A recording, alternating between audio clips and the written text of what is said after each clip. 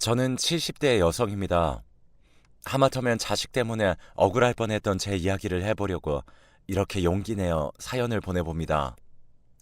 제 또래 여성들이 그러하듯 저도 한평생 아들과 딸에게 제 인생을 바쳐서 아이들을 위해 살았어요. 비록 넉넉한 형편은 아니었어도 아이들이 밖에 나가 기죽지 않게 제 나름 신경 써서 키워냈어요.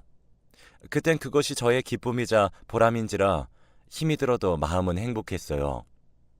남편은 많이 배우거나 하진 않았지만 천성이 착하고 성실한 사람이라 주변에서 남편을 도와주는 사람들도 많았고, 그 결과 저희는 그럭저럭, 아니, 이런 말 제 입으로 하긴 좀 부끄럽지만 저희가 중년의 나이가 되었을 쯤에는 다른 집보다는 형편이 좋아 꽤 여유로운 생활을 할 수 있었어요. 이렇게만 얘기하면 남들 보기에 저는 걱정 하나 없는 사람으로 보일 수도 있을 텐데요. 사실 저에겐 한 가지 고민이 있었어요. 바로 아이들의 혼사 문제였죠. 둘째인 딸아이는 생각보다 결혼을 일찍 한다고 지금의 사위를 데려왔는데, 글쎄 나이 차이가 무려 12살이나 나서 저희 부부를 당황하게 했어요. 그때 당시 딸아이 나이가 26살밖에 되지 않았는데 사위는 곧 마흔이라니 선뜻 허락을 하기가 힘들었죠. 그래도 뭐 둘이 좋다는데 아무리 부모라도 어쩌겠어요. 그래서 결국 딸아이의 결혼을 허락했는데, 이번엔 첫째 아들이 나이가 마흔이 다 되어 가는데도 결혼할 기미가 보이지 않았어요. 그때까지 아들은 독립할 생각도 안 하고 연애한다는 말조차 없어서 저의 애간장을 태웠죠. 한 놈은 너무 빨리 간다고 하더니 또 한 놈은 나이가 다 찼는데도 갈 생각을 안 하니, 참 자식 일은 제 마음처럼 되지 않는다는 것을 새삼 깨달았어요. 그리고 아들이 마흔을 넘겨 이젠 진짜 포기를 해야겠다고 생각하자 아들은 드디어 결혼을 하겠다고 지금의 며느리를 집으로 데려왔어요. 인사온 며느리는 딱히 뭔가 두드러지지 않았지만 어디 모난 구석은 없어 보이는 평범한 집안의 평범한 여자였습니다. 저와 남편은 그저 나이 많은 우리 아들과 결혼해주는 것만으로도 고마워서 무조건 결혼을 찬성했고, 곧이어 아들은 제가 그토록 바라던 자기 가정을 꾸렸어요. 자식들 혼사를 다 끝내놓으니 그제야 비로소 부부만의 시간을 갖게 되었어요. 참 긴 시간 동안 앞만 보고 달려온 듯한 기분에 저와 남편은 서로에게 수고했다고, 앞으로는 조용히 부부가 소박하게 살자고 약속하며 서로의 주름진 손을 어루만졌습니다. 하지만 세상은 참 야속하게도 그 후로부터 3개월이 좀 지났을 때 남편이 허망하게 하늘나라로 가게 되었어요. 지금도 뚜렷하게 기억이 나네요. 그날은 남편이 웬일로 늦잠을 다 자나 싶었었는데 뒤늦게 남편이 숨을 쉬지 않는다는 걸 알았고, 그 길로 119를 불러 급하게 병원에 갔지만 남편은 영영 돌아오지 못할 곳으로 가버린 뒤였어요. 사망 원인은 급성 뇌출혈이었죠. 왜 하필 지금이었던 건지 손과 발에 힘이 풀려 그 자리에 주저앉았어요. 그렇게 차가운 병원 바닥의 냉기를 느끼며 갑작스럽게 찾아온 이별을 감당해야 했고, 남편의 장례가 끝난 그날 아들과 딸 내외는 모두 일상으로 돌아갔어요. 텅텅 비어버린 집에 홀로 남은 저는 그제야 혼자가 되었음을 실감했고, 그저 제 귓가엔 이젠 우리도 쉬엄쉬엄 여행이나 다니면서 남은 시간 유유자적하게 보냅시다 라고 말하던 남편의 다정한 얼굴과 목소리만 맴돌았어요. 그때였어요. 문득 혼자 남으니 집이 이렇게 넓었나 하는 생각이 들더군요. 동시에 금방이라도 남편이 문을 열고 나왔어 하며 저에게 말을 걸어올 것 같았어요. 불과 일주일 전만 해도 이런 일이 있을 거라고 상상조차 하지 못했기에 저는 그야말로 속수무책으로 매 순간 무너져 내렸어요. 하지만 이런 제 마음이 행여 자식들한테 부담이 될까봐 수백 번을 엄마, 한동안 니네랑 같이 지내면 안 되겠니? 라는 말이 목구멍까지 올라왔지만 애써 참았고, 속마음은 아니면서 괜찮은 척 연기를 했어요. 특히 딸아이는 고맙게도 매일 아침 저에게 괜찮은지 전화를 걸어왔지만 혹시 사위가 신경 쓸까봐 더욱더 억지 웃음을 지으며 전화를 받았죠. 엄마 괜찮아. 그러니까 이제 전화 안 해도 돼. 간 사람은 간 사람이고 남은 사람은 남은 사람대로 살아야지. 엄마 요즘 밖에 나가서 친구들이랑 문화센터도 다니고 뜨개방에서 뜨개질도 하면서 네 아빠 생각 안 하고 살아. 그러니까 너도 이제 엄마 걱정하지 말고 네 식구 챙겨.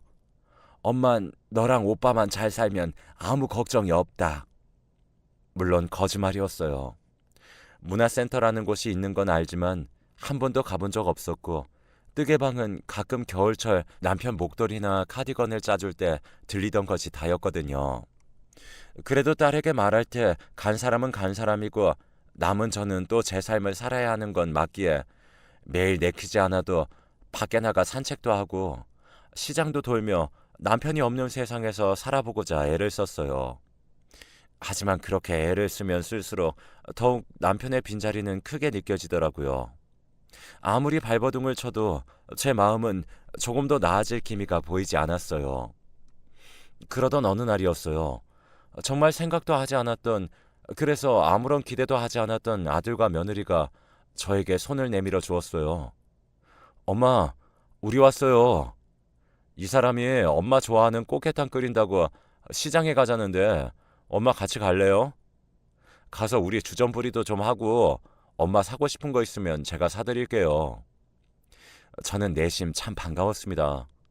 사실 딸아이가 그렇게 마음을 써주었지만 함께 오래 살아서인지 이상하게 아들에게 좀 의지하고 싶다는 생각을 저도 모르게 하고 있었거든요. 하지만 이제 겨우 가정을 꾸리고 사는 아들 내외에게 짐이 되고 싶지 않았죠. 그래서 아무런 말도 하지 않았는데 이렇게 혼자 남은 엄마를 챙긴다고 평소 안 하던 아들 노릇을 해주니 그저 고맙기만 했어요.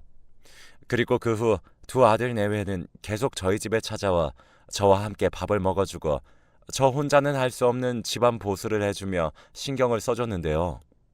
한 번은 며느라기가 기특하게도 저에게 이런 말을 해주더군요. 어머니, 요즘도 아버님 생각 많이 나시죠? 괜히 저희한테 부담될 것 같다고 참지 마시고 저나 준석 씨한테 기대세요. 앞으로 저 정말 어머니한테 잘하고 살게요.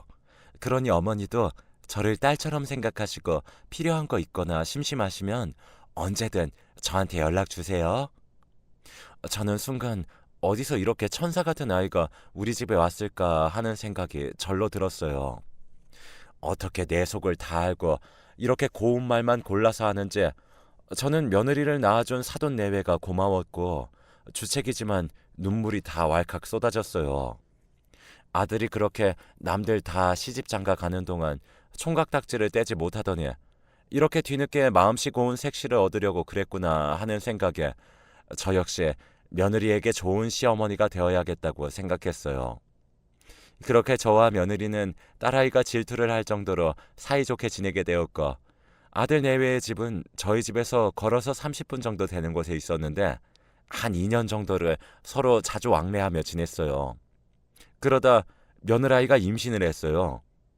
저한테 너무나 소중한 손자를 낳아주었고 저는 매일 운동할 겸 손주를 볼 겸 그렇게 아들 내외 집을 왔다 갔다 하고 있었어요. 완전히 다 잊었다고는 할 수 없지만 손주 보는 낙에 더 이상 예전처럼 남편이 없어 무섭다고 생각하지 않게 되었습니다. 시간이 약인지 아들 내외 도움이 컸는지 차차 혼자 사는 생활에도 익숙해지던 어느 날 아들은 저에게 뜻밖의 말을 꺼냈어요. 엄마, 내가 곰곰이 생각해봤는데 엄마 지금 지내는 집 너무 크지 않으세요? 이렇게 우리 준이 보러 매일 걸어오시는 것도 마음에 걸리고 엄마만 괜찮으시면 저희 집이랑 엄마 사시는 집 정리해서 어디 좋은 아파트 들어가 함께 사는 게 어떨까 해요. 마침 적당한 곳이 매물로 나왔기도 했고 집사람한테도 먼저 물어봤는데 엄마만 좋다면 자긴 너무 좋다고 은근 기대하는 눈치예요. 솔직히 고민이 됐습니다.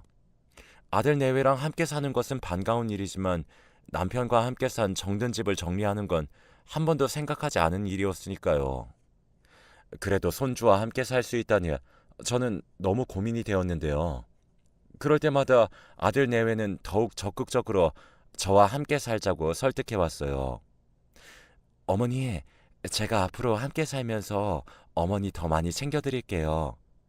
사실 드시는 것도 일일이 챙길 수 없어서 그동안 제가 마음이 좀 그랬거든요. 어머님은 그저 이제부터 편하게만 지내세요. 집안일이든 뭐든 제가 다 알아서 할게요. 그래, 엄마. 엄마 이제 병원 가실 일도 많아지실 텐데 따로 살면 내가 불안해요. 아버지처럼 그렇게 허망하게 보내는 일은 다시 하고 싶지 않으니 제발 우리랑 같이 살아요. 네? 저는 아들 내외의 말에 그냥 넘어가기로 했어요. 아마 남편도 제 결정에 잘했다고 이야기해 줄 것 같았고, 무엇보다 다시 가족들과 함께 지낼 수 있다고 생각하니 남은 시간 저에게 큰 위안이 될 것 같았거든요. 제 결정이 떨어지자 둘은 마치 기다렸다는 듯 제가 살던 집을 처분했고, 동네 이름도 아파트 이름도 낯선 곳에 아들 식구와 저는 이사를 오게 되었습니다. 40층이라고 하더니 거실 창문으로 밖을 내다보는데 어찌나 아찔하던지, 그럴 리는 없는데도 행여 뚝하고 떨어질까봐 저는 두 다리가 후들거렸어요. 하지만 저만 빼고 아들 식구들은 뭐가 그렇게 좋은지 아무것도 모르는 손주 녀석까지 방글방글 웃는데 아이들이 좋아하니 제 마음이 다 흐뭇했어요. 그리고 비록 저는 작은 방에서 지냈지만 방에 누워 있어도 사람 소리 나는 것이 참 좋았어요. 하지만 역시나 세상 사는 사람 마음대로 되지 않는다고 이사 후 한 달이 채 되지 않아 무언가 슬슬 제 생각과 다르게 흘러가기 시작했어요. 엄마, 우리 주말에 준이 주사 맞히러 병원에 가야 하거든요. 근데 친구가 가족 동반으로 밥이나 먹자고 해서 저녁 먹고 들어올게요. 그래. 알았다. 어머니 죄송해요. 제가 미리 알았으면 거절하라고 했을 텐데. 아니다. 나 신경 쓰지 말고 재밌게 놀다 와. 그리고 그날은 내가 집안일도 해놓을 테니 준이 애미도 오랜만에 미용실도 좀 가고 그래라. 정말요? 어머니 너무 감사합니다. 저는 처음엔 조금은 서운했지만 아들 식구들에게도 각자 생활이 있으니 존중해야 한다고 생각했어요. 그리고 그동안 며느라이가 저에게 신경을 많이 썼기 때문에 저 역시도 받은 만큼 보답하고 싶어 잘됐다고 생각했어요. 그런데 그게 저의 실수였죠. 아들 내외는 그날을 계기로 자주 자기들끼리만 외출을 했고, 심지어 집들이를 한다며 저에게 하루만 딸네 집에 다녀오면 안 되겠냐고 했어요. 나는 그냥 내 방에 조용히 있으면 안 되겠니? 굳이 미선이네 가는 건. 엄마, 내가 신경이 쓰여서 그래요. 아마 시끄러울 거고 집 구경한다고 막 돌아다닐 텐데 그러지 말고 엄마 하루만 다녀오세요. 미선이한테는 제가 잘 얘기해 둘게요. 이렇게까지 해야 하나 싶었지만 아들이 계속 그렇게 말하니 어쩔 수 없이 등 떠밀리듯 딸내에 가 있기도 했는데요. 그 후 5개월 정도가 흘렀을까 이상하게 아들의 귀가 시간이 점점 늦어졌고, 심지어 며느라이와 싸우는 일이 심심치 않게 늘어갔어요. 들어가 말릴 수도 없고 모른 척할 수도 없고 저는 밖에서 발만 동동거렸는데, 한 번은 자다가 잠이 깨서 잠깐 화장실에 가려고 방에서 나오니 아들 녀석의 주방에서 작은 불 하나를 켜두고 깡소주를 마시는 모습을 봤어요. 차마 애미가 그 모습까지 못 본 척은 할 수가 없었기에 다가가 무슨 일이 있냐고 물었고, 아들은 눈물을 펑펑 쏟으며 고민을 털어놓았는데요. 엄마, 나 어떡해? 어, 나 정말 자신 있었는데. 아들은 울먹이면서 그동안 다니던 회사를 그만두고는 사업을 준비하고 있었다는 말을 했어요. 그래서 가족 동반으로 사람들도 만나고 또 집에 일부러 사람들도 초대해 나름의 투자를 최대로 끌어당겼는데, 글쎄 함께 사업을 준비한 지인이 아들의 사업 계획서와 아이디어를 가지고 잠수를 탔다는 거예요. 투자금만 몇 억이라고 말하는 아들은 이젠 자기가 뭘 어떻게 해야 하는지도 모르겠다며 어린아이처럼 제 손을 잡고 엉엉 우는데, 어미로서 저는 그 모습을 보기가 참 안쓰럽더라고요. 그때였어요. 엄마, 이런 말 정말 염치 없는 거 아는데요. 저 좀 도와주세요. 저 이대로 이 사업 접을 수 없어요. 투자금도 그렇고 이젠 다시 취직하게 나이도 많아서 저는 정말 이 길밖에 다른 길이 없어요. 엄마가 이번 한 번만 도와주면 안 돼요? 제가 엄마 은혜 절대 잊지 않고 두고두고 보답하면서 10배로, 아니 100배로 갚아드릴게요. 엄마, 저 좀 살려주세요. 준이 엄마는 이거 해결 못하면 저랑 이혼한대요. 아들의 말을 듣고 눈앞이 깜깜해졌어요. 생각해보니 아들이 저에게 손을 벌린 것은 이번이 처음이었죠. 오죽하면 늙은 애미한테 도와달라고 할까 싶어 아들이 안쓰럽고 짠하기만 했어요. 게다가 이러다가 며느라기는 물론이고 손주까지 보지 못하게 될 수 있다고 생각하자 저는 가만히 있을 수 없었어요. 그래서 남편이 죽고 보험금으로 나온 10억을 아들에게 융통해줬죠. 아들은 제 돈을 받고 고맙다며 무릎까지 꿇고는 다시 눈물을 보였어요. 저는 우는 아들에게 원래 세상을 살면 이렇게 고비도 한 번씩 넘고 해야 사람이 단단해지고 그러는 거야 라며 아들을 다독였는데요. 제 말 때문인지 아니면 제가 준 돈 때문인지 아들 내외는 전보다 훨씬 얼굴이 좋아졌고 그 모습을 보니 나름 자식들에게 부모 노릇을 한 것 같아 뿌듯했어요.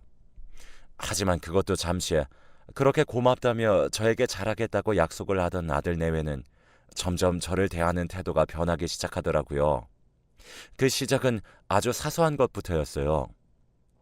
저는 평소 아침잠이 많아 아침을 좀 늦게 먹었어요. 그동안은 며느라기가 고맙게도 싫은 내색 한 번 없이 제 밥을 따로 차려줬는데 그날도 별 대수롭지 않게 일어나 식탁에 앉으니 어쩐지 며느라이의 표정이 일그러졌어요. 그리고 제 앞에 반찬이 든 접시를 탁탁 내려놓는데 저는 너무 당황해서 어안이 벙벙했는데요. 그런 저에게 며느라이는 수저를 내려놓으며 이렇게 말했어요. 어머니, 제가 다른 건 모르겠는데 아침상을 매일 2번씩 차리는 건 너무 힘들어요. 어머님이 저희 식구 아침 시간에 맞추시던지 아니면 어머님이 아침을 그냥 거르시고 점심을 많이 드시면 어떨까요? 저도 좀 이해해 주세요. 아, 알았다. 그동안 힘들었으면 말을 하지. 앞으로 내 밥은 내가 알아서 하마. 네? 어머니가 또 그렇게 말씀하시면 제가 나쁜 며느리 같잖아요. 그러지 마시고 내일부턴 좀 일찍 일어나세요. 원래 노인분들은 아침잠이 없다고 하던데 우리 어머니는 희한하셔. 분명 가깝게 지내던 사이는 맞지만 갑자기 선을 훌쩍 넘는 며느라이의 태도에 저는 마음이 좋지 않았어요. 하지만 여태 힘든 걸 참고 다 했다는데 뭐라고 할 수는 없어서 아들 내외의 아침 식사 시간에 맞추기로 했어요.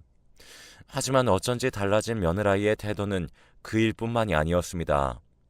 빨래면 빨래, 쓰레기면 쓰레기. 전에는 한 번도 말하지 않았던 것들을 저에게 지적하며 뭐라고 했고 저는 점점 며느라이의 눈치를 살피는 신세가 되어버렸죠.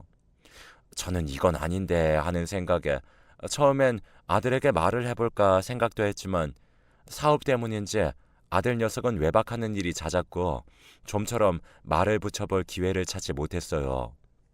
그때 저는 종종 베개를 눈물로 적셨어요. 숨 넘어가는 거 살려놨더니 이젠 제가 필요 없다는 것 같아서 속상한 마음이 들었거든요. 그러다 웬일인지 일찍 퇴근한 아들이 저에게 외식을 하자고 권했고 저는 이번 기회로 아이들과 좀 풀어보자고 생각을 했는데 아들은 또 저에게 뜻밖의 말을 꺼냈습니다. 엄마, 내가 아는 지인 어머님이 지금 요양원에 계신데 거기가 실버타운처럼 엄청 좋대요. 엄마 솔직히 여기서 외롭고 심심하잖아.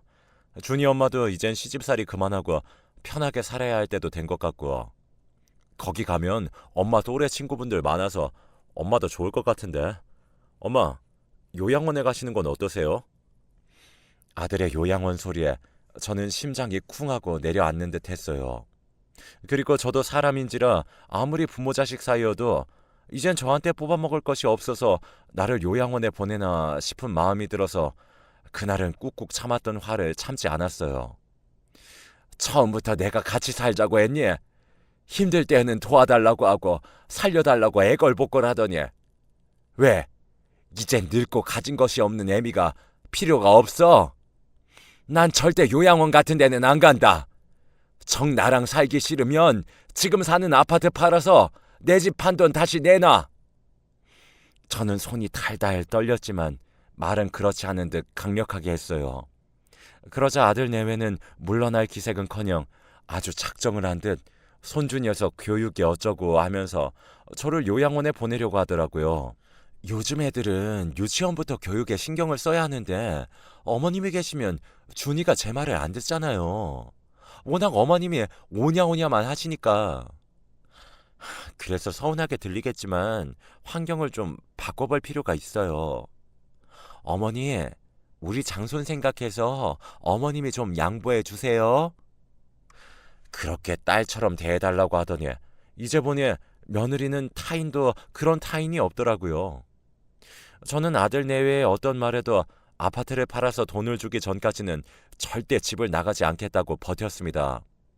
그러자 아들 내외는 한번 해보자는 듯 버티는 저를 마치 없는 사람처럼 행동했는데 그 모습이 참 사람을 여러 번 뒷목을 잡게 하더군요.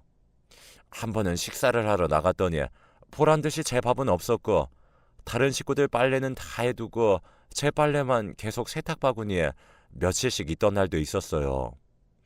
그리고 언제부터인가 배달 음식을 시켜도 더 이상 저를 부르지 않더군요. 참 서럽고 또 서러워서 이래서 자식들한테 있는 돈 다 주면 안 된다고 했나 보다 라는 생각이 절로 들었어요. 그리고 작은 방에 고립되어 이대로는 못 살겠다 싶은 생각이 들었죠. 그 순간 딸아이의 생각이 간절했는데 제가 혼자 지낼 땐 그래도 매일 전화하던 딸아이는 제가 아들 집에 있고부터는 새언니 눈치를 보는지 연락해오는 일이 드물었어요. 그렇다고 제가 먼저 전화해서 하소연을 하려니 저도 차마 부모 체면에 말이 떨어지지 않았고 그렇게 몸과 마음이 피폐해져 갔는데 5살 손주 녀석까지 지 부모를 닮아 저를 무시하는 행동에 저는 체면이고 뭐고 딸에게 전화를 걸어 제가 겪은 수모를 모두 이야기했어요. 엄마, 그걸 왜 지금 얘기해? 여태 그런 취급받고 참았던 거야? 너 신경 쓸까봐 그랬어. 근데 지금은 여기 있는 매일매일이 지옥이야. 미선아, 엄마 진짜 요양원 가기 싫어. 이런 말 엄마가 진짜 미안한데 엄마 좀 데리러 올래? 딸아이는 화가 잔뜩 나서는 전화를 끊고는 곧장 그 길로 사위를 대동하고 아들의 집에 쳐들어왔어요.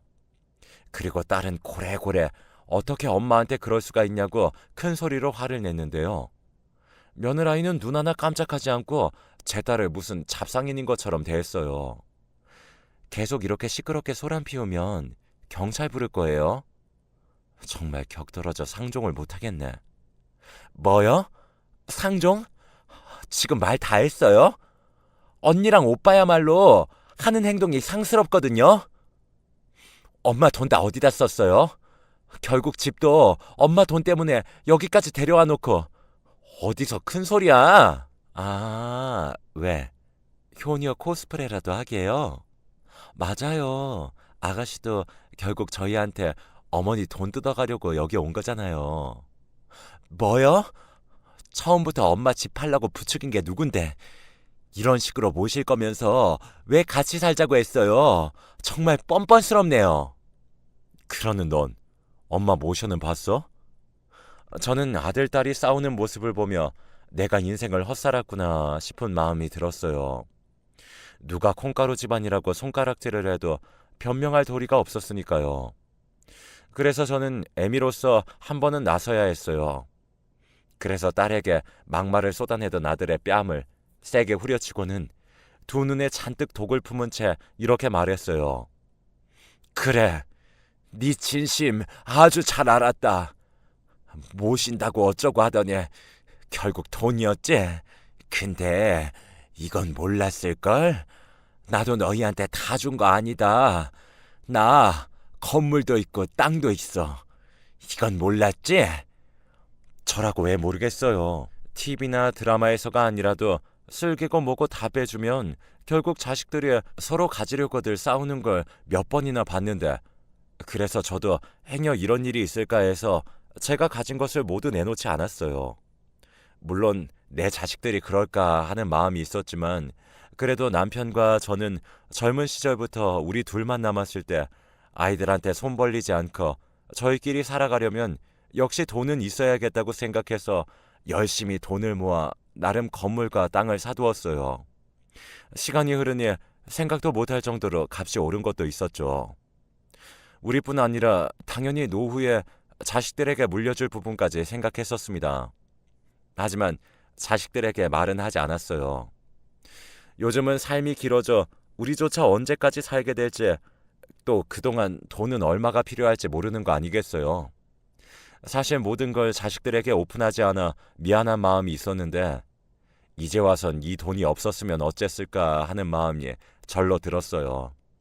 만약 아들이 제가 가진 것을 모두 알았다면 아들은 그 돈 역시 욕심을 냈을 게 분명해 보였어요. 내가 정말 남들은 그런다고 해도 내 자식이 그럴까 했다. 그래도 사람 일은 모른다고 해서 땅이랑 건물을 사놨는데, 준석이 너는 내가 가진 게 아빠 돌아가신 보험금, 그게 거의 전부라고 생각했겠지. 근데 있잖니, 내가 이미 너한테 준 돈은 건물이랑 땅에 비하면 네 아들 간식값이야. 나중엔 둘이 똑같이 나누어 주고 세상 하직하려고 했는데, 이렇게 된 거 너 같은 놈한테는 한 푼도 못 준다. 이거 다 미선이한테 줄 거다. 미선이 너 내일 엄마랑 명의 바꾸러 가. 그리고 넌 절대 네 오빠처럼 엄마 버리면 안 된다. 너도 각서 써. 제 말에 괘씸한 아들 내외도, 아무것도 몰랐던 딸 내외도 너무 놀라 아무 말도 하지 못했어요. 왜 아니겠어요. 저라도 이러한 상황이면 사태 파악이 늦어서 그랬을 거예요. 그리고 저는 미리 싸둔 짐을 가지고 아들 집을 제 발로 나왔어요. 그러자 사태 파악이 된 며느라이는 맨발로 뛰쳐나와 저의 바지가랑이를 붙잡고 울면서 매달렸고, 아들 역시 가는 저를 어떻게든 붙잡겠다고 신발도 짝짝이로 신고 나와 저를 붙잡았죠. 어머니, 왜 이러세요? 제가 그동안 어머니한테 얼마나 잘했는데요. 제발 화 푸시고 다시 저희랑 살아요. 제가 준이 아빠한테 절대 요양원 소리 하지도 말라고 말할게요. 어머니, 속상하게 해드려서 죄송해요. 엄마, 저 정말 잘못했어요. 엄마가 이 정도로 요양원에 가기 싫어하시는지 몰랐어요. 엄마 가기 싫으시면 안 가셔도 돼요. 저 정말 돈 때문에 이런 거 아니었어요. 누가 봐도 돈 때문인 걸 지나가는 개도 알겠는데, 아들 내외는 볼썽사납게 저를 붙들고 사정사정을 했어요. 그 모습이 얼마나 저를 비참하게 하는지, 결국 돈이 아니었다면 이렇게 가는 나를 붙잡기나 했을까 하는 생각에 저는 마음을 굳게 닫았어요. 한평생 지들 키운다고 얼마나 고생을 했는데, 남들 자식은 그런다고 해도 내 새끼들은 그러지 않을 거라고 철석같이 믿었던 스스로가 한심했습니다. 그래서 저는 그 길로 아들 내외와 죽는 날까지 보지 않겠다고 다짐하며 아들 내외의 핸드폰 번호를 차단했고, 딸아이에게 건물의 명의를 바꿔주면서 절대 네 오빠랑 새언니는 이 집에 발도 들이지 않게 하라고 신신당부를 했어요. 그러자 이 괘씸한 아들은 제가 딸아이 앞으로 해준 건물에 본인의 지분도 있다며 딸 앞으로 소송을 걸었더라고요. 딸은 이참에 저를 모신다고 가져간 제 재산까지 모두 토해내게 할 테니 걱정하지 말라며 저를 안심시켰어요. 남매가 재산 때문에 이렇게 법으로 싸우다니, 저는 정말 부모된 입장에서 자식 농사를 망친 것이 맞는 걸 인정해야 했어요. 그리고 딸에게 미안하지만 한 번 당한 마음 또 다치긴 싫어서 딸에게 건물을 주었을 뿐, 건물에서 나오는 수익은 일절 손대지 못하게 했어요. 하지만 착한 딸은 건물도 그냥 엄마 앞으로 다시 해놔도 된다며 저를 안심시켜줬는데요. 어쩐지 다친 마음이 쉬 아물지는 못할 것 같아요. 아마도 남편을 떠나보내고 그랬듯 시간이 많이 필요할 것 같습니다. 이 순간 꼭 이런 말을 하고 싶어요. 아무리 자식들이 숨이 꼴깍꼴깍 넘어가도 절대 있는 거 없는 거 다 주지 마세요. 그러다 저처럼 될 수도 있어요. 그동안 힘들게 모았을 그 돈, 자식한테 미안하다 생각하지 말고 마음 편히 다 쓰세요. 그게 그동안 고생한 보상입니다. 어쩌면 제가 이런 생각을 하는 것이 지금 악에 받쳐서 하는 소리일 수도 있지만, 나이를 먹을수록 돈이라는 것이 살면서 두고두고 의지가 되는 건 맞는 것 같아요. 적어도 딴 마음이 있건 없건 자식들은 함부로 하지 못할 겁니다. 저는 실패했지만 돈이 아닌 진짜를 나눌 수 있는 부모와 자식 사이가 되셨으면 좋겠어요. 지금까지 저의 긴 글을 읽어주셔서 고맙습니다.